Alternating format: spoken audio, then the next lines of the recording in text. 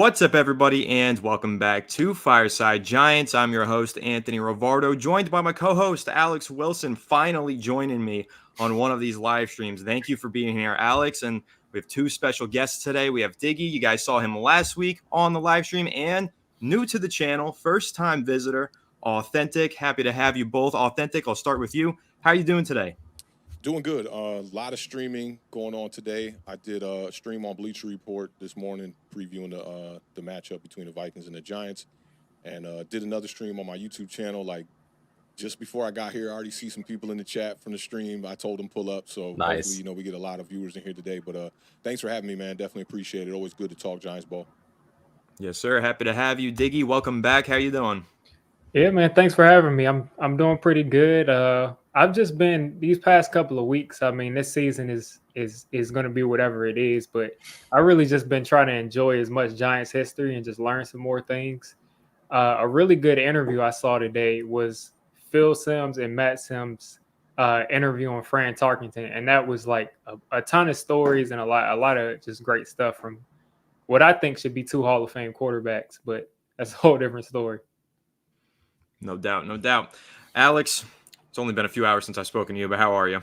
I'm a little bit calmer than I was this afternoon. I can tell you that. A glass of wine will do that to you, but I'll tell you what, I'm excited to talk about the Giants, man. I mean, listen, we're hoping for wins. Awthentik, Digge, Anthony, I imagine you guys are all in the same boat. We just want to watch winning football. That's all. Now the question is, how do we win football games, especially week one? Now, Awthentik, you said you were just streaming today about this Giants team, how we can win in week one. I think that really it comes down to we got to feed our boy Malik Neighbors. We got to get the pass rush active. The secondary is going to have some problems, right? We know this. Nick McLeod being thrown into the fire, first time really starting. I don't think Adoree Jackson gets that start until Nick McLeod ultimately, we hope, doesn't fail. But Awthentik, I'll ask you this straight off the bat. Like, how do we beat this team? And in my opinion, we got to put pressure on Sam Darnold to make him force turnovers. Yeah, definitely agree with you on that part. And I think a lot of that will have to come with pressure from the interior portion of our defensive line. Both their tackles over there, Darisaw and Homie on the right side, they're both really good tackles. So we know we got two speed edge rushers. I imagine they're going to be trying to win to the outside a lot, but I think we can feast going to the inside. Seeing Shane Bowen maybe dial up a couple of creeper blitzes, a couple of fireside blitzes, maybe, pun intended, to the show. And, bring some guys from the second level. Offensively, I think it's going to start with the run, to be honest. I know a lot of people want to see this offense open up, throw the ball downfield, and do things that Daniel Jones and these weapons haven't quite done yet, especially guys like Hyatt and Wan'Dale Robinson, and Darius Slayton has had his fair share of deep shots. But I think it's going to start with the run. They got two good corners on the outside over there. They got some depth at corner. You got Byron Murphy in the slot. They brought in Stephon Gilmore. You got Moreau over there playing a little bit of depth. Good safety play over there as well. So I think it's going to be tough to pass the ball early. I think you have to implement a game plan, in my opinion, that will have Daniel Jones get comfortable. Maybe some short check down stuff, some intermediate stuff to start the game, get the running game clicking, and then hopefully that opens up things in the pass attack, later on in the game. Yeah, I'm with you on that. I think the short passes underneath will open up those deep balls later on. I think Wan'Dale Robinson is in line for a pretty big game. He loves to get open underneath and create those PPR points if you like fantasy football. But Digge, I guess I'll ask you the same question that Alex just asked Awthentik. When you're looking at this game, what's the key to victory here? I completely agree. I think it's going to start with the run game. When you look at the Vikings, I think the big weaknesses on their team are the offensive line on the interior and the defensive line on the interior. Now, it's hard to run against Harrison Phillips, and he's going to be in the middle at nose, but he's not necessarily a pass rusher. So I'm thinking if we can get any kind of run game going early to open that pass up, and then to have it in a situation where Harrison Smith not Harrison Smith, both of the Harrisons, but in a situation where Harrison Phillips isn't able to kind of get comfortable, I think that's our best chance. Is just attacking the interiors of both lines. And if we're running the ball all day, I think that just kind of makes everything easier, because when you look at Malik Neighbors, my one concern with him as a Malik Neighbors super fan is that he's going against Stephon Gilmore, who we see lock people up at the line at a high level. If Stephon Gilmore has lost a step, he's still good at the line of scrimmage. And Malik Neighbors has a lot of work to do there. So if he's pressing him up all day and Daniel planned on throwing it to him 12 times, we might not have that good of a day in the passing game. Yeah, I'm curious to see what the game plan's going to be. Obviously, this is the first regular season game that we know of where Brian Dable is the play caller for the Giants. Obviously, there were those conspiracy theories last year. Maybe he took over in Arizona. Maybe he took over down the stretch. Whatever it was, this is him officially stating today, or maybe it was yesterday, that he is the offensive play caller. Alex, how does that change this game? What does that do to this offense? How does Brian Dable affect the way that this team plays on offense? Well, we know it's going to be more downfield oriented, that's for sure. And I think that when you look at Neighbors, you mentioned Gilmore's going to try to jam him and try to throw him off his routes early. It's going to come down to winning those routes based on his release. And we know Neighbors has tremendous release packages. And at the end of the day, Stephon Gilmore's 33 years old now. You got to cook him. You got to burn him downfield. He doesn't have the same speed he once did. If you're Neighbors, you got to hug that boundary, stack him, get over top, and DJ make the throws.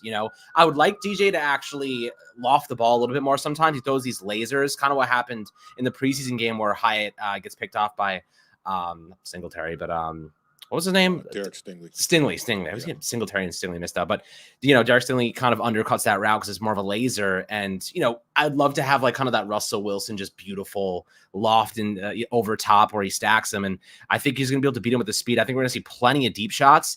But I do agree with you, Awthentik. I think the run game is going to be certainly a priority as well, establishing kind of that ground and pound. And I think Tyrone Tracy might be one of those underrated guys that does get involved in especially on third downs as a pass catching back, has that ability.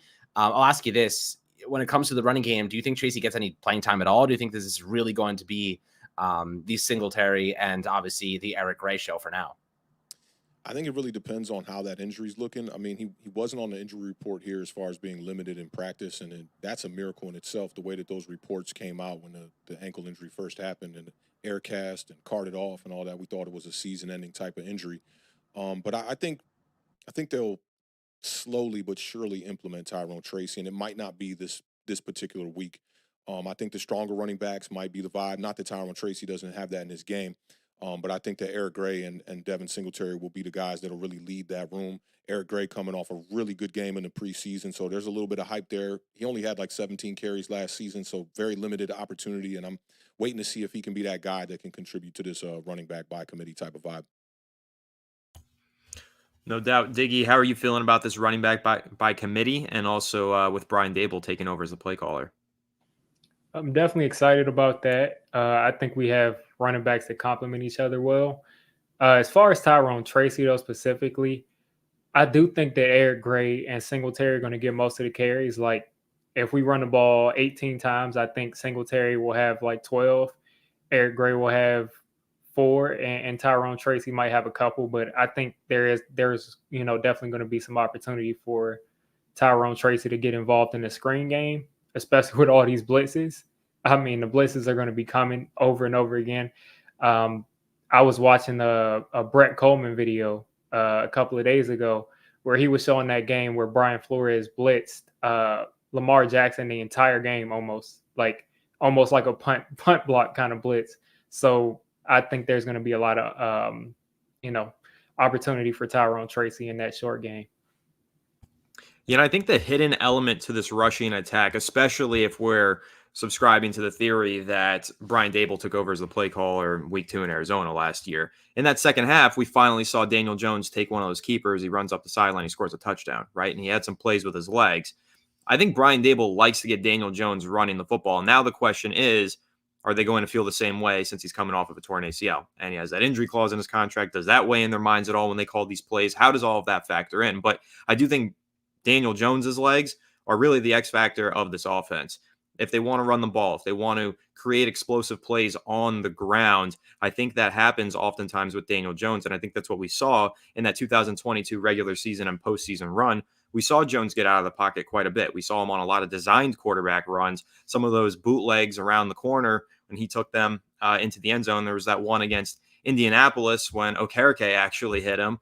We saw Daniel Jones get really involved in that facet of the game, and it created a lot more of a dynamic ability and identity for this offense. And so I'm wondering if that's something that we do see this season, or if it's something that we see a little bit less of due to the injury concerns. So I'll get your guys' take on that in just a second. But first, Corp CA, thank you so much for the super chat. Really much appreciated. He says, the way I see it, even if DJ throws for 30 touchdowns, 3,000 passing yards, 300 yards rushing, and only 8 picks, Still can't see him starting next season. His skills are one thing, but his availability is another. And that kind of factors into what I was just saying. Are they going to be afraid to run him because of his previous injury history? Obviously, the knee is one thing. The neck is another. On the 2021 injury, he dove into somebody. He could have slid, dives, hits his head, then he hurts his neck. So it ties into what Corp was saying. Again, Corp, thank you so much for the super chat. But I guess I'll kind of just open that up with what Corp said. The stats that he needs to see from Daniel Jones, the stats that maybe you need to see, Alex. I'll start with you and also get your take on Daniel Jones's rushing ability. And then we'll go around the panel and ask everybody the same thing. I mean, the stats I need to see. I mean, a lot of people will say, is it too little too late? Is it a mirage? Is it one good season? Are we scared of it regressing next year? Can he compound good seasons? All questions we have not yet been able to answer. But listen, what do I have to see from Daniel Jones? I mean, 30 touchdown passes would smash his career high.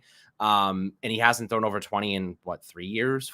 So it's been quite a while. And, the rushing touchdowns, yeah, like that would be great. The rushing yards, I mean, he ran for 724 or something around that 2 years ago. I think that, the rushing won't be his primary game anymore. I think they're going to want him to stand in the pocket and throw the ball downfield. If the pass protection is better, there is no reason for Daniel Jones to be running the football, right? Like that was the last resort. You never want your quarterback running the football if they don't have to, because it improves the probability of injury substantially. You want him throwing for the pocket. You want him on the run, throwing, making those plays. What do I have to see from him? I mean, 30 touchdowns, would love that. 3,000 passing yards, I think that's actually too few. I need to see more like 35, 4,000 passing yards. So, there's a lot I need to see. But how about we just start with game one? A good, solid performance, hit the shots, open receivers, make the throws, and compound good days. That's all I really want to see, just compound good weeks, get better as the season progresses. And Authentik, I imagine you probably want to see the same thing, just compounding good days and good games. Yeah, I mean, for me, for this season, I'm very beyond Daniel Jones at this point in time. I think 5 years is enough to assess a quarterback. And I saw Mal was saying my mic might be a little too low, so hopefully I didn't turn it up too much on y'all. But for me, there's nothing that Daniel Jones could do this year that would make me consider him being the future for the New York Giants. 30 touchdowns would sound great, and I think it's a lot of the same conversations we had last year. Only 4 quarterbacks threw for 30 or more touchdowns last season, though. And I think Jared Goff was at the bottom of that list. And I just don't think a guy like Malik Neighbors coming here to the New York Giants is going to open up this offense that much, where a guy who hasn't thrown for over 15 touchdowns in the past 3-4 seasons is just all of a sudden going to come off a knee injury and be able to throw 30 touchdowns. I don't see it. To answer the other question about him, using his legs, I think he's going to be forced to, because the Giants want to throw the ball down the field, but I don't think that we have enough on this offense to be able to do that effectively and win games. So Brian Daboll's going to be put in a position here, going into year 3, where I don't consider Brian Daboll to be on a hot seat, but a lot of people do. And he's going to have to do whatever he can to win games again. And I think a lot of people have been pointing fingers at Brian Daboll for what's been wrong with the Giants offensively for the most part. But you also got to look at the general manager here, because Brian Daboll has overachieved in both of his first 2 seasons.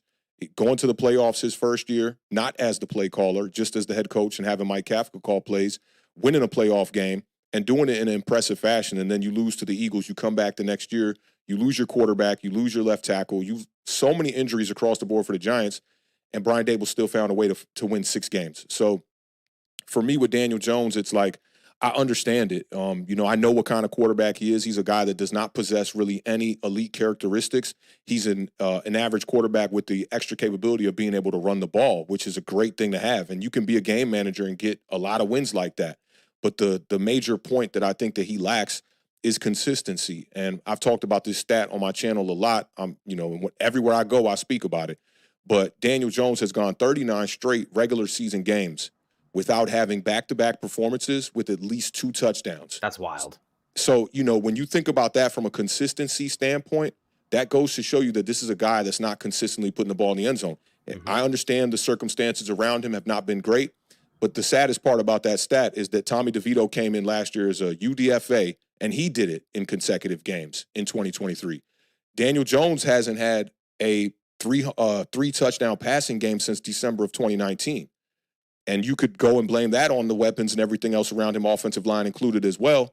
Tommy DeVito came in last year, and he put up a 3 touchdown game against the Washington Commanders. So I don't I don't foresee using different excuses for different players, which is why when Tyrod Taylor came in last year, I saw all I needed to see. That was a guy who pre-snap was better. He was throwing the ball down the field better. He was taking the whole shots. He was recognizing when you had middle of the field close and single high and figuring out where to go with the ball before the snap. And in return, making huge plays like we saw against the Los Angeles Rams late in the season. So I think I know what Daniel Jones is, and all I can hope for him this year is to just go out there, play solid football like he did in 2022 or even better, and just win games for the team that I've been rooting for 3 decades. That's a tough act to follow for sure. You were spitting a lot of facts there, Authentic, but Diggy, I'll let you get your same take on it too. Yeah, see Max in the chat, see me laughing. I mean, like, what are we doing here? I mean, this is the first. I can't think of any other time in NFL history where somebody is making $40 million and they're in their second deal and we're still waiting for them to prove themselves.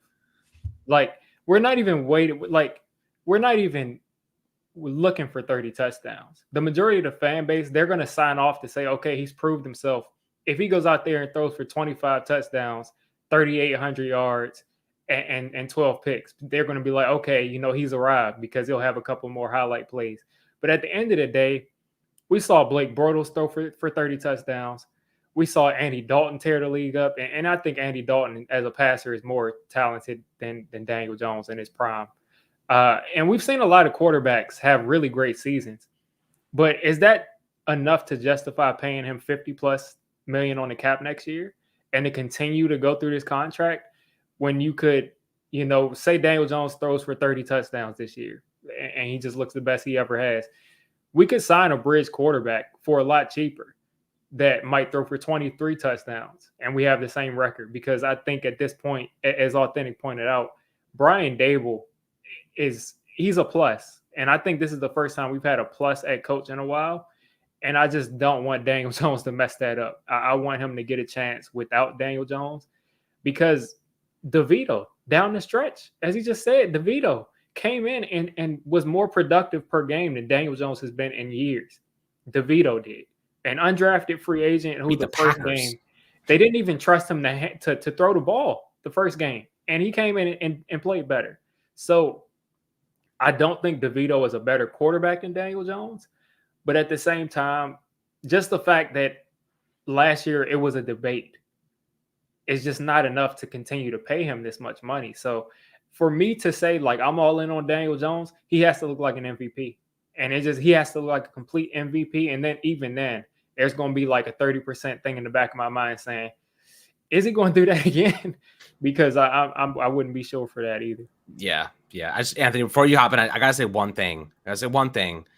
The fact that the Cowboys don't even know if Dak Prescott is their future quarterback should tell us all we need to know about how we should feel. He threw for like 35 touchdowns last year. He was the MVP runner-up. And they don't even know if they want to extend him. But meanwhile, we're here arguing, or rather not arguing on behalf, but there are people arguing on behalf of Daniel Jones as the quarterback of this team, the future of this team. A $56 million cap hit in 2026, it's unsustainable. There's a reason that we've restructured the contracts of Andrew Thomas and Dexter Lawrence.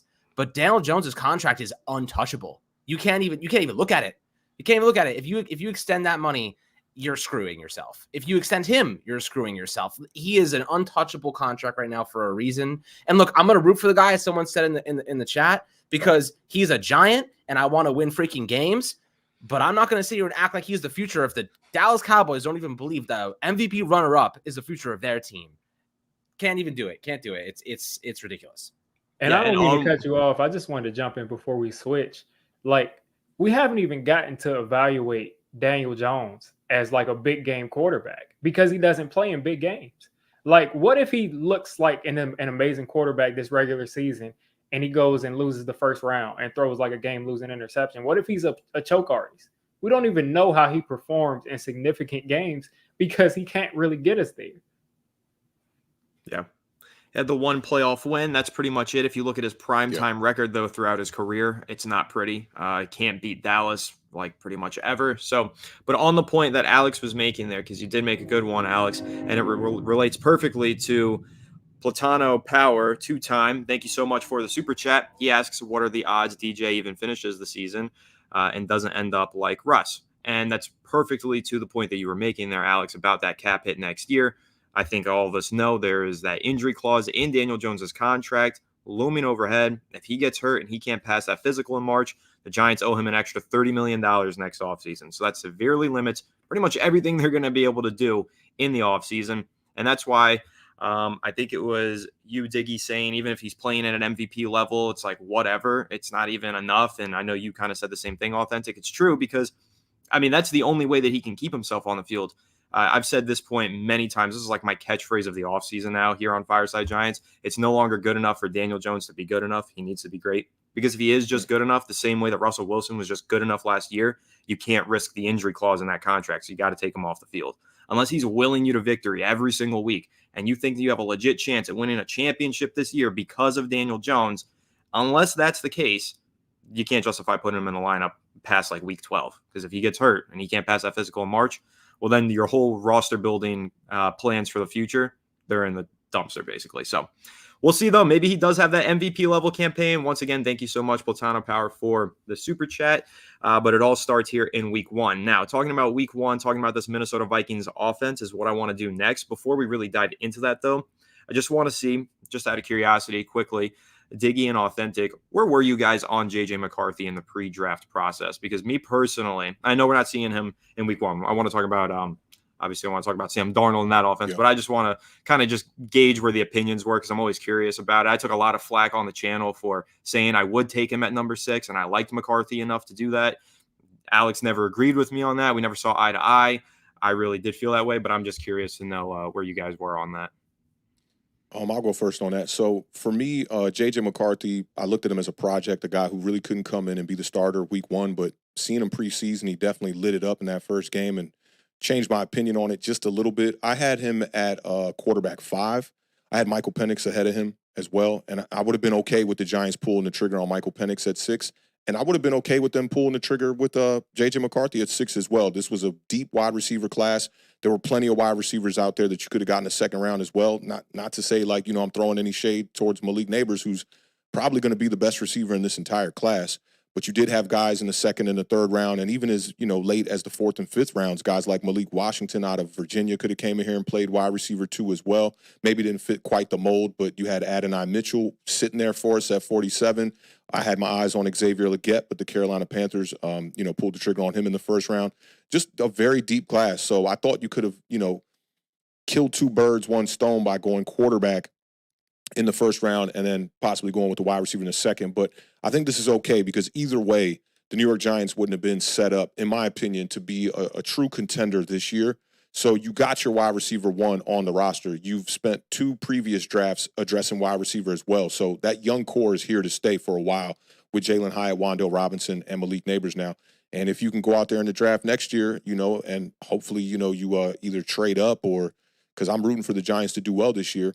But there's guys like Cam Ward out there. I love what I saw from Jackson Dart in his first outing against who was that against? It's a small school. Like Furman or something? Yeah, it was Furman, yeah. And, lit it up, 5 touchdowns. Like, there's a lot of quarterbacks now that are kind of rising the pool and whatnot. And, like, people thought this was going to be a pretty trash draft class. And I'm feeling much better about it now after just 1 week. So I got to, temper my expectations and whatnot. But I don't think it was a bad move by the Giants. There's some of the draft moves later on that were, of need for positional value that I kind of didn't agree with. But all in all, I think they brought in some good players. Yeah. I mean, listen, I want to go like full circle. They couldn't afford to mess this pick up, right? Like Evan Neal, his situation, some of the first round picks we made over the last couple of years, we couldn't afford to miss on this, right? Like Malik Neighbors, it was the easiest choice they could make. Yeah. It was not risking JJ McCarthy. It wasn't risking Michael Penix. It was, this guy is going to step in and be our WR1 for a very long time. And he's 21. We're looking at 10 years of elite wide receiver play. If he reaches his potential, obviously, and I think he will, as long as he doesn't get hurt, knock on wood. I really think that was the safe play. And I love it. Love Malik Neighbors. He's gonna be a monster this year. I have no doubt about it. As long as Daniel Jones can throw him an accurate ball, he is going to be a tank for us. But when you look at this most recent week for college football, we did a whole review on it. And, again, before the show, I thanked Awthentik for posting the quarterback clips of all the throws they make. This is a situation where there's always risers in every draft class. And Anthony, you say it all the time. Like Jaden Daniels that was my guy. And he was not even on the board going into 2023. You never know. Cam Ward looked like a guy with the utmost potential this past week. He made some unbelievable throws across his body, doing the athleticism is there. He looked awesome. He had a couple of mistakes, but listen, everyone's a project. Look what Brian Dable did with Josh Allen. And I think that you brought up a really good point earlier in the episode, guys, and that both you, Awthentik and Digge, we need to give Brian Dable a chance to develop a quarterback, because that is what we hired him to do. We did not hire him to fix Daniel Jones. We did not hire him to fix the problems that Joe Judge and Pat Shurmur left behind. We hired Brian Dable to provide an explosive offense to the quarterback of his choosing. He didn't choose Daniel Jones. He inherited Daniel Jones. We need to give this guy a chance to find the quarterback that he loves next year, that he can turn into a star. Otherwise, I will remember this 10 years from now as the era of Joe Judge, or rather of Brian Dable and Joe Shane, where we failed to maximize their talent. You talk about fitting a square peg into a round hole. We're trying to do that with Brian Dable right now on a quarterback that he did not choose, right? Yeah. You talk about doing it on the roster all the time. How about the coaching staff? You know what I mean? This is what we're doing right now with him. So we need to give him a chance to actually provide him with an asset of his choosing that he can maximize his strengths around. And I don't know who that's going to be. We're going to find out. But that's kind of where I foresee the Giants going. And this is finding a player that he wants. Him and Joe Shane to say, this is the guy we can build around, because we see the upside and the talent there. Yeah, I'm with you on all that. As you know, Diggy, I'll let you go ahead and jump into, I want to hear, whether or not you had JJ McCarthy that high, if you would have been okay with that pick, but also you could segue it into Sam Darnold under center this week with McCarthy out. How are we feeling about the Giants' ability to disrupt him, disrupt their game plan, use that new pass rush, see it on the field, and see if that produces a win in week 1? Sure. I'll end it off with Darnold. As far as JJ McCarthy, I probably have the exact same quarterback rankings as Awthentik does, because I wanted to take Michael Penix, and I was telling people that Michael Penix is going to go to the Falcons, and people were like, why would the Falcons take Michael Penix? Because they don't want to pass on it. I mean, I'm sorry. I mean, maybe I'm crazy, but I think Michael Penix was the best pocket quarterback. I thought he was the most decisive. I thought that Caleb Williams and Jaden Daniels, even though I'm a big Jaden Daniels fan, I thought they both got a lot more hype because of their athleticism or perceived athleticism. But Penix playing quarterback, I didn't see one quarterback that played quarterback from the pocket better than Michael Penix. But as far as JJ McCarthy, I had him like right in a category right under that, because I kind of saw all those quarterbacks as similar above him, and then Bo Nix a little bit after them. But I think at the end of the day, JJ McCarthy could have came here and succeeded, because I think what matters the most is the environment that you come into. It looks like they've made the offensive line pretty solid. Dable is the perfect guy to have with a young quarterback. And say he does sit for a year with Daniel Jones. I mean, say he sits for a year and then comes out next year. But I do think he could have come here and succeeded. I would not have had an issue with taking him at 6. I would not have had an issue with taking any of those guys at 6, but Bo Nix. And even then, I mean, I understand it, because what's the difference between Bo Nix's pre-draft type and Daniel Jones's pre-draft type? I mean, it's not really that much. Expected both of those to go in the teens to late first round. But as far as Sam Darnold is another guy who I think his career can kind of mirror Daniel Jones. And I think Sam Darnold, as just a passer, may be a little bit more talented, just raw talent, than Daniel Jones as far as like off-platform and crazy throws. But they've had pretty similar careers. They haven't had help, but they both had big issues with, as Darren Orlovsky says, panicking with the football, making crazy mistakes. And the difference is Sam Darnold has been on like 5 different teams, and Daniel Jones has gotten a $40 million deal. They basically have almost the exact same stats. Daniel Jones has a little bit better rushing stats.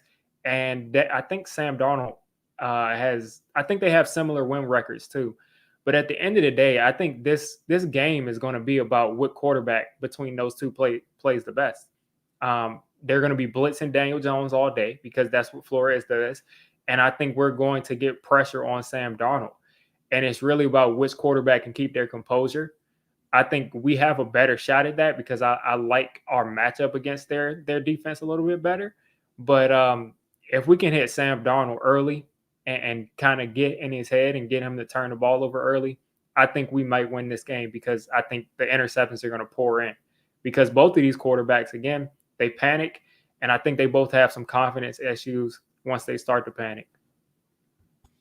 Yeah, I'm with you on that. Like pretty much same analysis. Sam Darnold, I think you were spot on there. And that's why I think that pass rush trio that the Giants built this offseason, combining Brian Burns with Dexter Lawrence and Kayvon Thibodeau, that's the key to winning this game for them. Those guys have to get home. They have to force the ball out of Darnold's hands and force him to make some mistakes, especially because we can look at this secondary. We can be excited about Deonte Banks. I don't know how many fans are more excited about Deonte Banks than me. I mean, that was the number one player that I wanted in that draft. Somehow picking all the way to 25, we got him. So I love Deonte Banks, and I think that he is going to be a star. But opposite him, I think we all have the same question marks about Nick McLeod, Cordell Flott, and these other guys. So I think that the Giants did something interesting this offseason.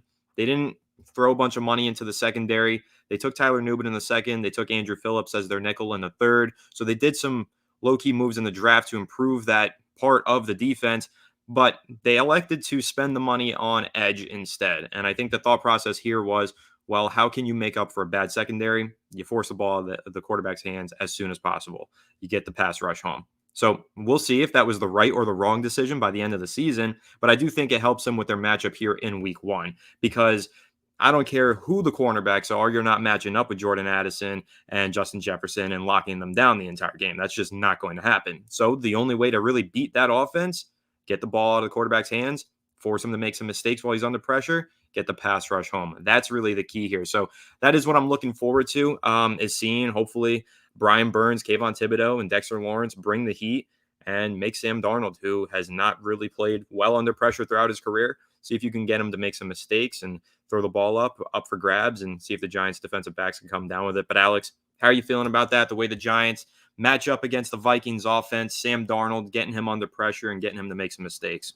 Yeah, I mean, listen, we went out and got Brian Burns. Like, this has to be a better unit. This is the best pass rush we've had in a long, long time. Kayvon Thibodeau, you're no longer the guy that has all the pressure on you, right? It's Dexter Lawrence and Brian Burns. Those are the two guys I'm talking about. Kayvon Thibodeau has a chance to make a name for himself alongside those two dominant pass rushers.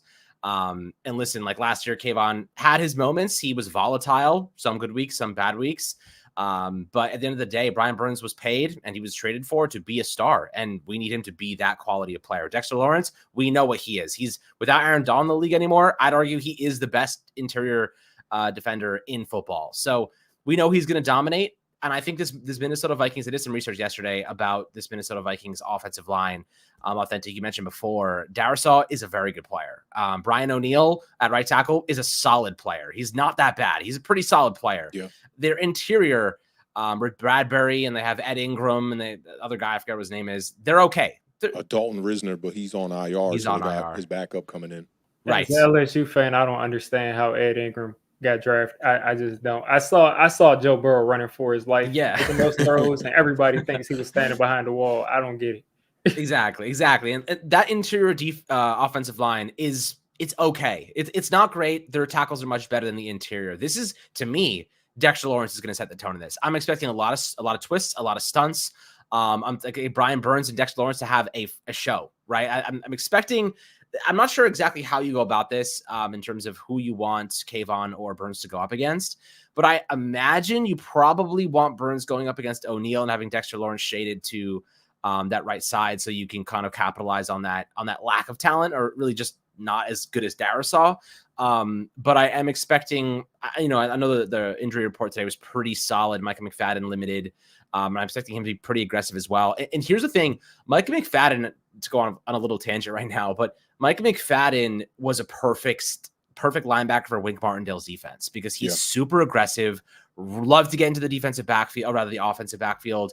His missed tackle rate was like 20+%, but that was okay because he was disrupting plays, so you could kind of offset it.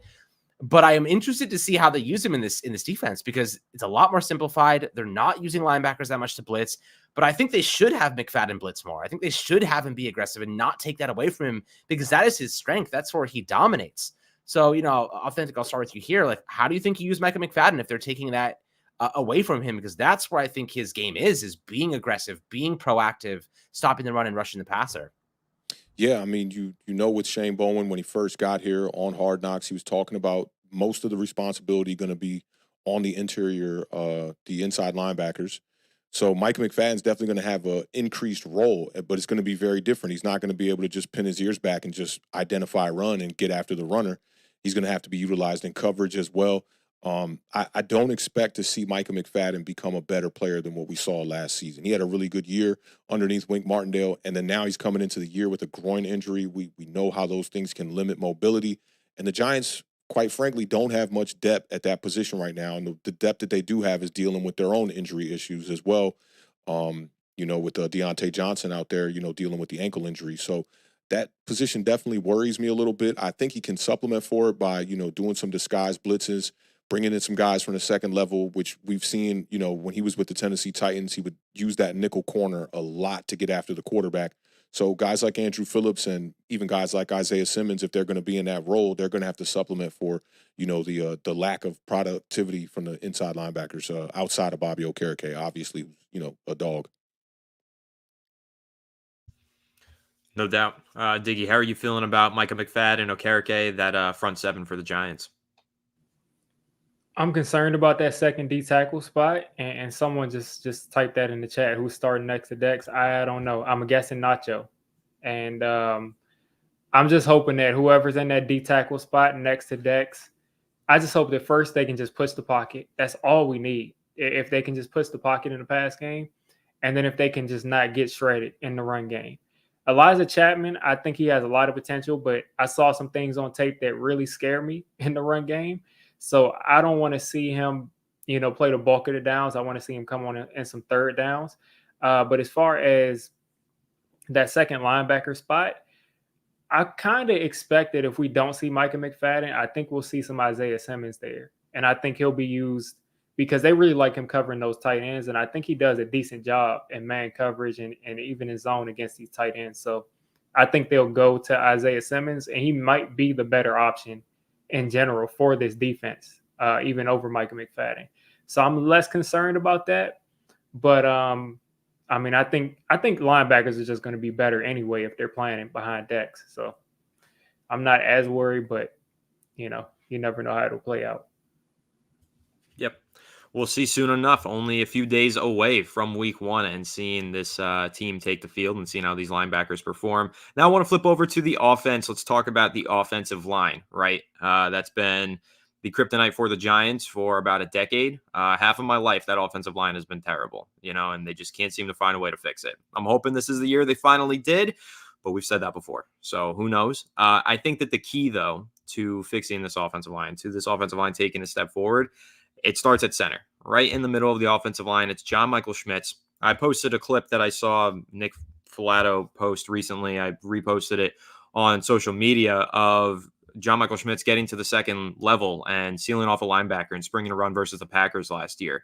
And I started thinking about it. I'm like, wow, this offense would have looked probably a lot different if John Michael Schmitz played 17 games. You know, if he was healthy, because he played in 10 or so, and even in some of the games that he was playing in, though, he wasn't fully healthy, and he was clearly limited, and he wasn't able to anchor. I mean, when you have a shoulder injury and you've got a 350-pound defensive lineman pushing you, I don't know how you're supposed to play football at a high level. And obviously, he got a little bit banged up this summer. Seems like he's healthy. Then he had the ankle injury, but again, I think he's practicing. He seems healthy and ready to go. But I really do think it's John Michael Schmitz is the key to this offensive line finding success, whether you want to talk about them pushing in the running game up the middle, or you want to talk about him getting to the second level like I just did, or even just being a contributing factor as a pass protector and communicating with the rest of the guys up front and with Daniel Jones.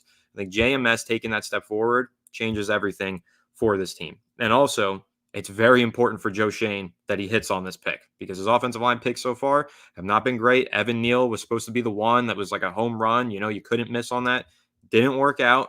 Now you need the second round pick that also was viewed as a steal in the second round, potential first rounder who fell into your lap. You got to get this kid to hit. So I don't know if that's Carmen Brasillo needs to figure that out. I think he will, for the record. I think JMS is in for a big year. What Carmen Brasillo did with Andre James, undrafted free agent with the Las Vegas Raiders, developed him into a star, got paid this offseason. I think JMS, again, is the key to this offensive line. He needs to stay healthy, A, and he needs to be consistent, B. So, Alex, start with you. Talk about that offensive line. Talk about JMS and how you're feeling going into week 1. Well, listen, I'm a pretty analytical dude when it comes to looking at good versus bad and progression and whatnot. This offensive line on paper is significantly better. And I think most people would probably agree with that. A lot of people, didn't see Jermaine Illuminor before. I can't speak for you guys, but Anthony and I we're speaking about Jermaine Illuminor 2-3 months before they signed him. We loved him. Like this is a guy who's come in and he wants to be a Giant. He's around here. He's from around here. I love Jermaine Illuminor. He is going to be, I don't think people understand how much of an upgrade he is over Evan Neal. It is substantial. Even though he's probably slightly above average, just slightly.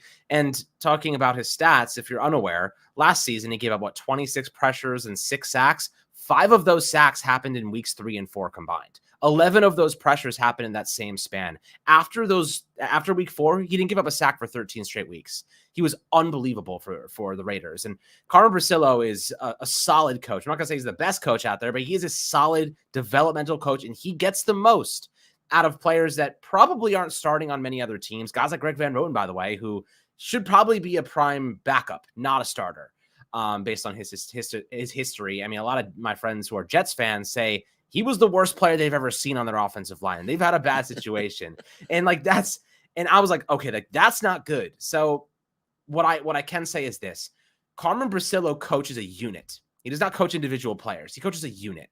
The Giants needed a unit. They did not need an individual Evan Neal. They did not need an individual Andrew Thomas or an individual JMS. They needed a unit that was going to play with synergy and chemistry. That is what Carmen Bracillo is bringing you guys. A unit that plays as one and not individuals, which is going to be really fun to freaking watch because that gives Daniel Jones more time in the pocket to make these passes and operate a more explosive offense, and hopefully he can make the throws. But, looking at John Runyan, look at his stats as a left guard, substantially better than he was as a right guard. And the only reason they moved him was because Elton Jenkins didn't work out a tackle. So they wanted Jenkins at left guard. They pushed Runyan to right guard. He's got that versatility. We love that, but he's a left guard. And we love that Greg Van Roten, who I think is a high quality backup in another team, and a better team, has chemistry with Jermaine Illuminor. And that is something that you can't necessarily replicate. That is valuable. So on paper, this is a much better line. On the stats, it is a much better line. Now, priority number 1, just stay healthy. And I've talked about this a lot, and I think you guys probably agree with this. Mistakes, lack of discipline, breed injury. Andrew Thomas chasing down a defensive back on a missed kick, injury. What was his name? Price or Billy Price a couple years ago, when he gets pushed back into the quarterback and stumbles and falls into Nick Gates' leg. Bad performance and lack of discipline creates injury, right? So we need discipline together, playing as a unit. Carmen Bracillo will bring that, and I bet you, and I knock on wood again because I don't want to guarantee anything, but I think this team will be healthier because they're not playing individual, they're playing as a unit, and they're not making as many mistakes. So that's what I will say is I think there will be a lot fewer mistakes, and that will provide a lot healthier gameplay on a week-by-week basis. Yeah, both of y'all make some really good points. I was definitely on the Jermaine Illuminor vibes really early on. I actually reached out to you on Twitter because I think you were the only person I saw mention his name before I did. And I talked about him a lot on Bleacher Report. I thought he'd be a perfect fit, being that Carmen Bracillo came from over there. Top 10 unit in pass blocking, top 10 unit in rush blocking as well. And I like the points that you made about, creating a unit that is galvanized, not just around one player. I do think for the sake of Joe Shane, JMS has to pan out. I mean, his drafts have been very poor to this point. We can't really judge the 2024 draft class just yet, but when you look at 2022 and 2023, you're talking 17 total picks, and you really got no superstars out of either one of those drafts. Maybe Kayvon Thibodeau is leaning towards that, territory, and maybe Wan'Dale Robinson can become a guy too. But outside of those two guys, maybe Micah McFadden, it's been a lot of just readdressing the same positions over and over again. They drafted Daniel Bellinger, rookie year, had a pretty decent year. And then you address tight end every other year since you've been here. You traded a third for Waller. Then you go out here this year and you draft Theo Johnson, which makes those decisions in 2022 look a little bit, suspect, to say the least. As far as the offensive line, I agree with you. It's, on paper, much better. You brought in some guys that, for me, aren't future pieces per se. They're like more of a Band-Aid for right now for Daniel Jones to try to at least see what you have in the quarterback position. I think Joe Shane has been pretty clear in talking about that. And you look at the contracts, it's a 1 year for Spinney, it's a 1 year for Roten, it's a 2 year for Illuminor, which he preferred. and then you got the 3-year on John Runyon. So these guys aren't going to be here, for too long unless things gel and work out and go in the right direction. But I do think that, shoring up that right tackle with Jermaine Illuminor is probably the best thing that the Giants could have done, because Daniel Jones is not really known to be the kind of quarterback that will step directly up in the center of the pocket. He likes to manipulate to his right or to his left, and I think having that right tackle solidified like that's definitely going to help him out. And we'll see what's going on. I do think that the offensive line will be the scapegoat if the quarterback is being sacked a lot this year, but I always say that a decisive quarterback is the best offensive lineman you can have. If you have a guy that's getting the ball out quickly, it's going to help everybody up front, playing in time, playing within rhythm, and, the timing of the offense and whatnot. So we'll see how things go, but on paper, this is the best unit we've seen in front of Daniel Jones throughout his career. No doubt. I think it ties into a lot of what we've been saying about how there just really aren't many excuses left for Daniel Jones. Diggy, I'll let you get your take on the offensive line and whatnot in just a second. Alex, I know that you have reached your time limit with us and you've got to get out of here early. We're going to keep going for about another 15, 20 or so minutes. But Alex, I know you got to get out of here early. So yeah, I got a draft coming up in a couple minutes here. Oh, So I I gotta lock in, bro. I gotta lock in. I don't know. I have the 5th pick, so I'm not. No, I'll get your take on it before I go. I have the 5th pick. Not sure what to do here because I don't necessarily trust Justin Jefferson with, and I love him. Obviously, Justin Jefferson's good. He's a quarterback proof. Yeah. But there's some good options there, right? If Bijan is there, I'm taking Bijan. If Breece Hall is there, I'm probably taking Breece Hall because the running back drop off is pretty substantial. And the receivers are deep this year. The receivers, I mean, I get Rashee Rice in the 5th round these days. So, I'm feeling pretty good about receiver. I feel like I have to walk away with a running back at 5. What do you guys think? I had the 4th pick in the draft just yesterday, and I pulled the trigger and went Justin Jefferson at 4. Okay. I think CeeDee Lamb will be there for you too, but, Justin Jefferson had 4 quarterbacks last year and still put up 1,000 yards in 9 starts. So, and those guys probably aren't as good as Sam Darnold, the 3 other guys that played behind Kirk Cousins. So you're not wrong. You make a good point. Authentic. Now you're putting thoughts in my head, but I shouldn't have asked. But if Breece Hall's there, I think you got to go Breece Hall. Bijan, I think you got to go Bijan, because what I did notice is I suffered later in the draft because of the running back situation. I ended up with Dave Montgomery and Tony Pollard as my second back. So that's a pretty big fall off there. Yeah, I like Zamir White too with the Raiders, underrated. Got like a lot of touches at the end of the year, and Josh Jacobs no longer in Vegas. But then again, we got Carmen Brasillo, and I don't know what's going to happen with their offensive line. Yeah, so, it's an interesting discussion. I'm gonna have to see who falls to me. But if one of those, if Breece Hall or Bijan is there, I'm taking one of those 2 guys. Yeah. I just gotta hope somebody has a little bit of bias at the top of the order and goes with somebody I don't want. But I mean, if Jefferson is there, it's always a safe bet because he's going to get the targets and he's going to make the catches. Just a matter of like Sam Darnold staying healthy and not being horrible. But again, some guys are just quarterback proof. So that'll be interesting. And then the 2nd round, I don't know. Yeah. Jamar Chase might be there. And I think he was practicing today. So that was pretty good. And Jamar Chase is always safe. I went Garrett Wilson last year. Of course, Aaron Rodgers gets injured the first play of the game. So my season was over before it even started. I don't want to go down that same road again. So brutal, dude. So brutal. But I appreciate you guys really coming on Fireside Giants, showing the love. And I'm always happy to have you guys on anytime and appreciate what you guys are doing for the community. Authentic, Diggy, putting your takes out there, being honest. And I appreciate the honesty because a lot of people want just unadulterated positivity all the time. And it's been for 5 years in, and I just want to see winning football, and we haven't gotten a lot of it. And I think we're frustrated. We talk about this team every single year and every single day, really. And some of the decision making confuses us. So I appreciate you guys for being honest, being objective, and really being a part of this community in a really, really positive way. And I think the brighter days are certainly ahead of us. And when they do come, we're going to be celebrating like nobody has ever seen. So I appreciate you guys as always. Absolutely, man. Yeah, man. Have a good one, man. Good luck. Good luck with the draft, bro. Thank you, boys. Appreciate it. Have a good one. Peace. All right, good luck to Alex as he gets into that draft. I actually took Breece Hall in a draft earlier today, and then Justin Jefferson had the craziest slide of all time to pick 8 or something, and I couldn't believe my eyes. So, yeah, fantasy football season, it's a lot of fun. I'm in 6 leagues this year, which is 4 more than I was last year. Last year, I was like, I don't even want to do this year. I can't stop catching invitations. I'm like, all right, fine, I'll do it. So here I am. But, it's always good fun. Diggy, I'll let you get back to it where we were talking about the offensive line. Yeah, speaking of the 8th pick, I got the 8th pick in about 10 minutes. But, did you see C.J. Stroud against the Giants? Did you see Brian Burns spinning off of people, destroying the tackle? and CJ Yeah. Stroud the ball is gone. That's Mhm. exactly what Awthentik was saying. So that kind of scares me, because if Daniel Jones decides to like lock in and shut down, and it's not going to matter. But either way, the offensive line last year when Daniel Jones was playing was literally the worst offensive line I've seen for more than like a game or two in my entire life. So it's not going to be that bad. I think you have something that to feel good about on either side of JMS. Starting off with AT and John Runyon, two veterans that you think Runyon is average to above average. AT is amazing. Illuminor is average to above average, and then Greg Van Roten, I think, is probably average to below average, and that's literally what you want out of an offensive line. So then with JMS in the middle, if he's above average, I think that gives you an above average offensive line.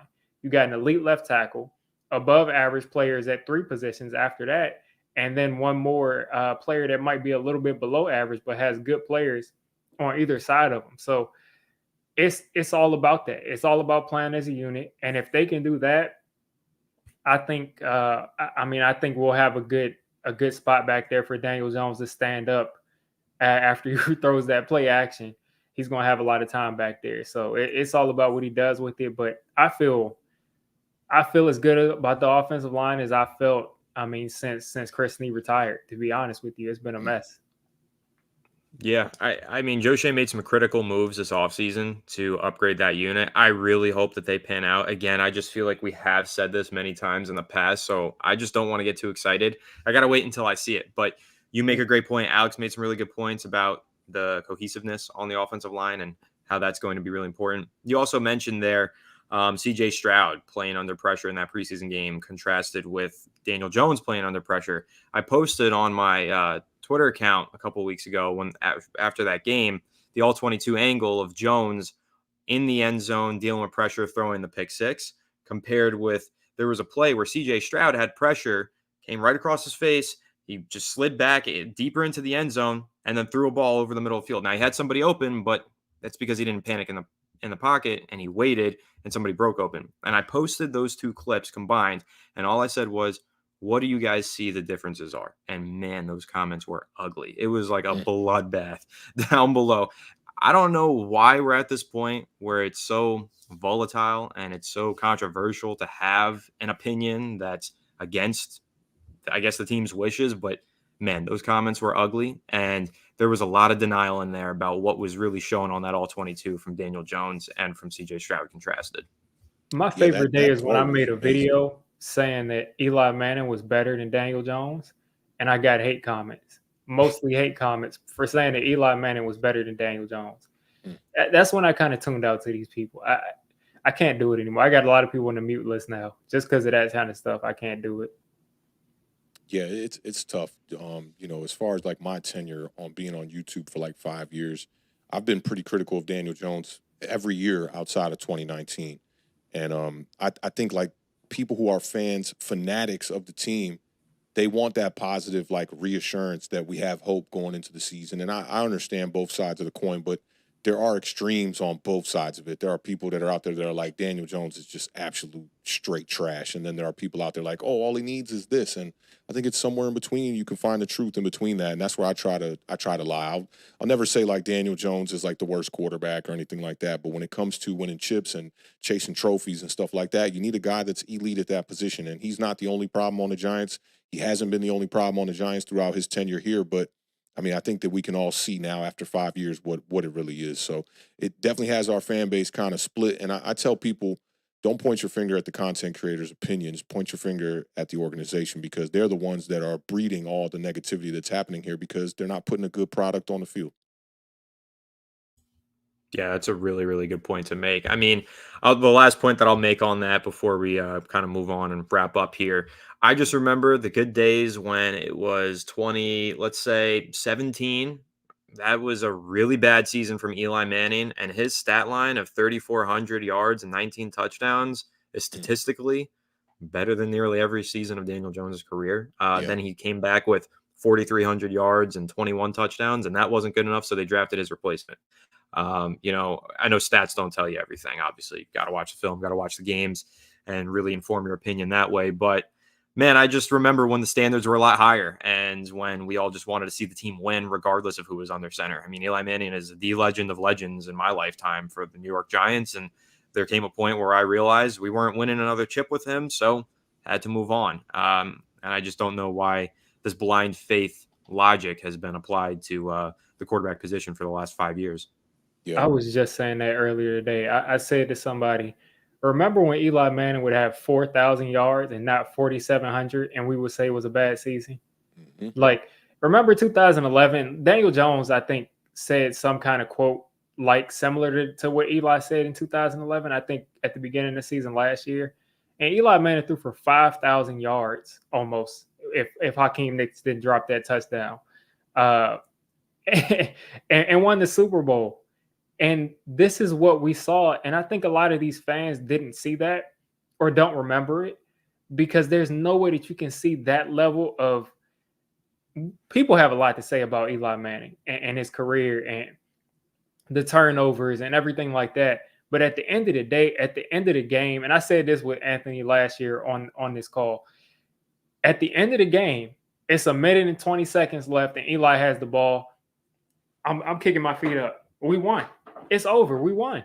And we don't have that feeling. How can we watch Patrick Mahomes? How can we watch CJ Stroud? How can we watch all of these superhuman quarterbacks go out and win the Super Bowl every year and say, well, if Daniel Jones develops into Ryan Tannehill, we can win the Super Bowl? That doesn't make, how is that ever going to make sense? I just think the don't two get it. Super Bowls kind of got in the way of that too, because in 2007, people didn't expect the Giants to go out there and win a Super Bowl, 9-win team to go out there and do that.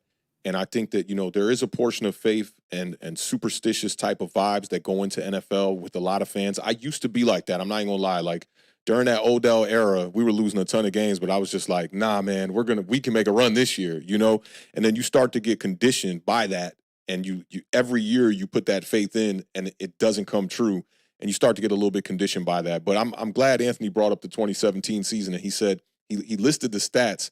But then he said, you got to look at the tape and you got to look at everything. And like, if that was now, can't forget 2017. I'll never forget it. Like my girlfriend was crying during that game.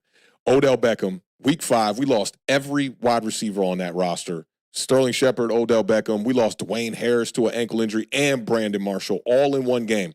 And just imagine if we went out here in 2024 and something like that happened, where we lost our top 3, Hyatt, Robinson, Malik Neighbors, or something crazy like that. People will be like, man, run it back with Daniel Jones, which I just think it's unfair to the fans that are like us that have seen, the glory days of the New York Giants. I mean, I'm 41 years old, man. I've seen this since the late 80s. You know what I'm saying? So I watched all through the 90s, LT, Rodney Hampton, Joe Morris. I saw all of that, Stephen Baker, then to Eli. And I know what winning in the New York Giants culture looks like. So when you see a guy going into year 6 and people are just like, man, just give him one more chance and go out there and root for him. We're Giants fans, so I think we're going to root for him regardless, so we don't got to worry about that part of it. But that doesn't mean that we shouldn't be critical and be able to assess what we're seeing from the quarterback position. Couldn't have said it better myself. I'm totally with you. And no, yeah, it's just been a long, winding road over these last 5 years with Daniel Jones. And now we're a few days away from seeing what's likely his final season with the New York Giants begin. You really never know with this team, so I can't say for sure that this will be his last year in Big Blue, but it likely is. However, there's always an opportunity for him to go out there, prove everybody wrong, and ball out. So Sunday, maybe he does exactly that. Maybe he balls out. Maybe he leads the Giants to a win. Before we wrap this thing, Awthentik, how does that happen? What are the keys? And do you have a prediction for us for Sunday's game? Yeah, I do. So definitely want to start with the run, get Daniel Jones in a rhythm with the short passes to then try to open things up. I do think a lot of nerves are going to be, unsettled at the beginning of this game, and you just want to kind of calm it before we actually try to open up what we're going to do offensively, throwing the ball down the field, using Wan'Dale Robinson across the middle. I'm hoping that somebody in this tight end room steps up and can be a standout player. Theo Johnson has not quite impressed me from what I've seen out of camp and from, the preseason games. I think he's a little bit less athletic than I imagined from the tape that I scouted and watched from Penn State. I was super high on Tanner McLachlan out of Arizona. And Tedero McMillan coming out this next year. I mean, I was watching both of those guys. I'm excited about them. But I do think the Vikings present an opportunity and a window for the Giants to go out there and win week 1. And then you got Washington week 2. You can win that game, and who knows? You might be able to start off 2-0 and kind of do what you did in 2022 and get off to a really early start before you hit the trenches of the schedule. So for me, those are the things. Obviously, defensive line is going to have to get after Sam Darnold. Hopefully that helps the secondary hold up on the back end and be able to just cover Justin Jefferson and Jordan Addison long enough to be able to let these guys pin their ears back and get to the quarterback. Stop the run and run the damn ball. I'm an RTDB type of dude. I don't care what they're telling us about these contracts. The NFL is still built on foundation of running the ball. Although it is a passing league, you still got to be able to be effective running the ball. You see it with Kansas City year in and year out. They're always trying to figure out what's going on at the running back position. So starts there for me. I'm going to take the Giants in this one. I'm taking the Giants the first 2 weeks. I've been telling people I'm taking the Giants 21-20 in this one, just under that 42 over and under. Yeah, I mean, I pretty much agree. I mean, I think we got to come out and run the ball. I think those deep passes are going to show up with how much we're going to get blitzed. And I think that's how we'll win the game. I think Sam Darnold's going to turn over the ball. It's our 100-year anniversary. If Daniel Jones is going to go out and have a 350-yard passing day and 4 touchdowns, it's on Sunday. I mean, we have to win with those ugly uniforms for a 100-year anniversary. We got to win. So I'm going to say we score a lot of points for the Giants, and I say we score 28. I say they get to 17, and I say we have about 3 or 4 interceptions, and we'll probably have a pick 6 that'll get us to that 28. But I'm not picking the Giants to lose on their 100th year anniversary. I couldn't do that, especially to Sam Darnold. Not to Sam Darnold, no. I won't make my prediction then. I want to add one thing to that. I just want people to understand that, people are looking at this Vikings defense and they're thinking about 2022 and that wild card matchup against that Ed Donatel defense. And this is a very, very, very, very different defense. They brought in Jonathan Grenard from the Houston Texans. They brought in Van Ginkel from the Miami Dolphins. They've definitely upgraded their edge rushers. Ivan Pace at the inside linebacker. They got dogs out there. The corners on the outside with Stephon Gilmore. Brian Flores, most importantly, that matchup going against Daniel Jones is going to mean a lot in this game. And he took that defense that a lot of people think we're going up against in week 1, that 31st ranked defense that was 32nd against the pass. And he brought them all the way down to 16th overall in 2023. This is a very different defense. And that's why I think it's going to be like not super low scoring. But if we do get to like a 28, I'm with Diggy on it. It's going to take a turnover. It's definitely going to take us like making a big play, a pick 6, a fumble recovery, or a strip sack, scoop and score type of vibe for us to get to that point. But that's why I kind of see it around that 20 range. And just hopefully the Giants offense, 31st ranked offense from last year, just be better this year. And I know Jordan Renan had put out a poll that asked the fans what they thought was success this year. And it was overwhelming with people just saying, just show progress. And I think that that's not fair. We're 3 years in. These guys have not committed to the rebuild 100%. They've been trying to win while rebuilding. That's the same thing that Dave Gettleman told us. And I think that was a red flag right off the bat. So if you're going to try to win while rebuilding, we've given you 3 years now, we've given you 2 years and 3 drafts now. It's about time that Joe Shane and the rest of the people on his staff start to show some results for the Giants. And that's what I'm expecting to see on Sunday. Yeah, I'm with you. And one point that I'll make, which is why I'm hesitant to pick the Giants winning this game. This is Brian Flores' revenge game. Like, I think he's going out here week 1, 100-year anniversary. I don't think he has the best feelings about the New York Giants organization. I think he's going to try and dial up his masterpiece week 1, get this Vikings team going fresh out of the gate and try and rain on the Giants parade and in that ugly uniform, as you mentioned. So I'm nervous for this one. Like, this is a trap game to me because there are a lot of Giants fans that think we're winning this game and feel pretty confident about it. I don't know how you can feel confident in the Giants winning any game this year until they start proving that they can win games personally. So I don't feel great about it. I'm not going to pick us to win or lose. I'll just leave it open to interpretation. You guys can kind of figure out how I feel about it, but I'm hoping to see the Giants win. Obviously, somebody said in the chat, like, are you hoping for a close game and a loss? No, I want the Giants to win. I want the New York Giants to win every single game, no matter what. But this is going to be a tougher one than people think, in my opinion. But You're right, Authentic. You said first 2 weeks, those are your opportunities to get off to a hot start. Giants cannot afford to fall into a hole like they did in week 1 last year. I mean, that was a devastating game against the Cowboys. Week 2, they bounce back. Week 3, they get trampled again at home. So you got to start winning in the beginning of the season, get the season off to a hot start. So hopefully they do that.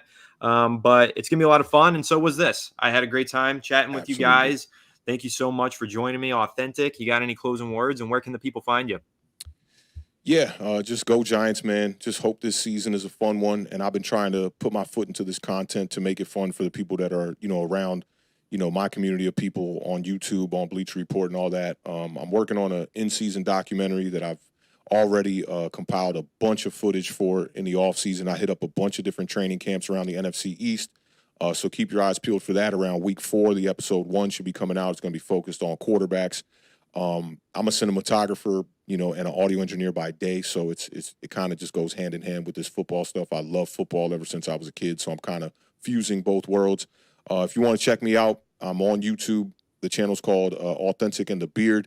It's my Commander's homie, my Sandbox homie. I've known him since we were like 3 years old, so those rivalries are really fun. Kind of gives a different perspective on, speaking Giants ball with a Commanders fan right next to you pretty much the whole entire week.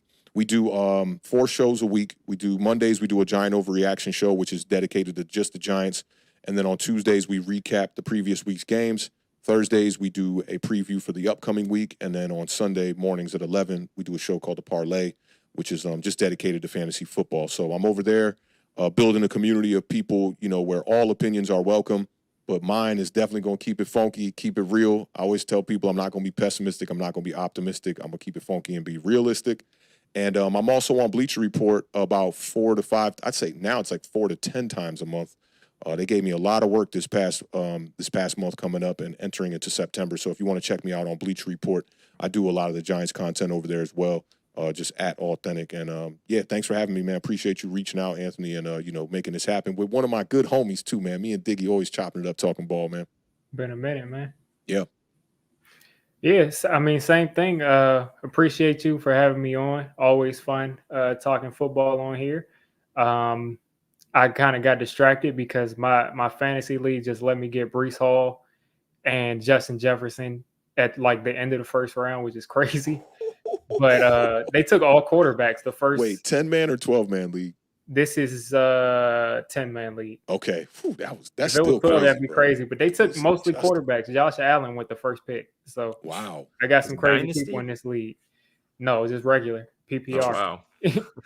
But yeah, appreciate you for having me on here. Hopefully we'll make some good content, all 3 of us this season.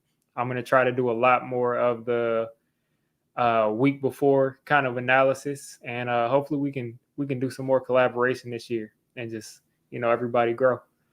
But Sure. Yeah, appreciate you having me on. No doubt. You guys are welcome back anytime. Really do appreciate you joining me tonight. Had a lot of fun. Again, really looking forward to this weekend. Looking forward to watching your guys' content throughout the season, and hopefully looking forward to the New York Giants winning some games. But that one's going to do it. Make sure to leave a like if you enjoyed. Subscribe if you're new. Ring the bell so you don't miss an episode. Leave your thoughts down below. And go ahead and follow us on all of our social media channels at Fireside Giants. And make sure to go check out Awthentik and Digge. Their channels are down below in the description box. Check them out as well. But that's going to do it. Let's go Giants.